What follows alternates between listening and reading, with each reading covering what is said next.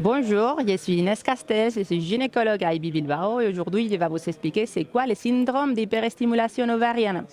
La première chose très importante que je vais vous dire, c'est que c'est un syndrome qui ne devait pas nous inquiéter du tout, a quasiment disparaître dans notre praticien aujourd'hui. Et pour bien le comprendre, vous devez savoir que c'est une situation qui se développe quand une femme est en train de se stimuler pour une ponction ovocytaire, pour une fécondation in vitro. Il y a des facteurs que nous devons regarder pour pouvoir avoir un risque d'hyperestimulation ovarienne. Les premières, c'est un répondre haute. Le nombre de follicules qui va grossir dans l'ovaire, c'est très forte, c'est très haute. Et la deuxième, c'est une prise de sang que nous faisons pour contrôle de les cycles, c'est un hormone qui s'appelle estradiol, qui va monter aussi beaucoup.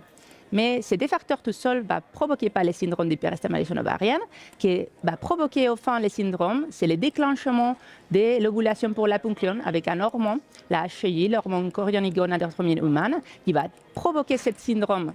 Et pourquoi disparaître de notre clinique? Parce que c'est un traitement qu'on peut changer pour une autre. C'est l'agoniste de la GnRH qui va pouvoir aussi déclencher l'ovulation, mais on va éviter totalement ce syndrome. Cette femme va se sentir gonflée, peut-être les pantalons ne ferment pas, il faut éviter les rapports sexuels, l'effort physique fort pour éviter une torsion de l'ovaire, que c'est le risque plus important, mais on va totalement éviter ce syndrome qui peut être légère, modéré ou sévère, et dans les cas sévères, peut provoquer des thromboembolismes, des situations assez graves pour la santé de la femme.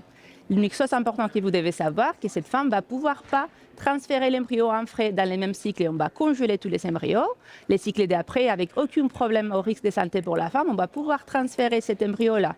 Et c'est important de savoir que la femme qui a plus risque de développer ce syndrome, c'est la femme avec une haute réserve ovarienne. C'est pour ça que les gynécologues ont toujours personnalisé les traitements pour pouvoir essayer de l'éviter. Ce n'est pas toujours possible. Si on regarde qu'il y a les deux facteurs que je vous avais dit, les hautes répondre de follicules et l'estradiol, mais on déclenche avec agoniste et on évite ce syndrome.